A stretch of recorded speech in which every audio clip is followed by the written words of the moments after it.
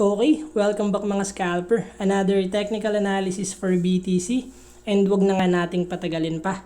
So, daily time frame, another doji candle. Kung makikita natin, palaki ng palaki yung volume since pabagsak yung candle. But the good news is, yung candle sumakit lang. So, meaning, ano nga ibig sabihin yan? Kung pababa yung candle, then palaki yung volume, meaning mataas yung selling pressure, but yung pinapakita ng candle is hindi ganon dahil meron tayong demand area dito.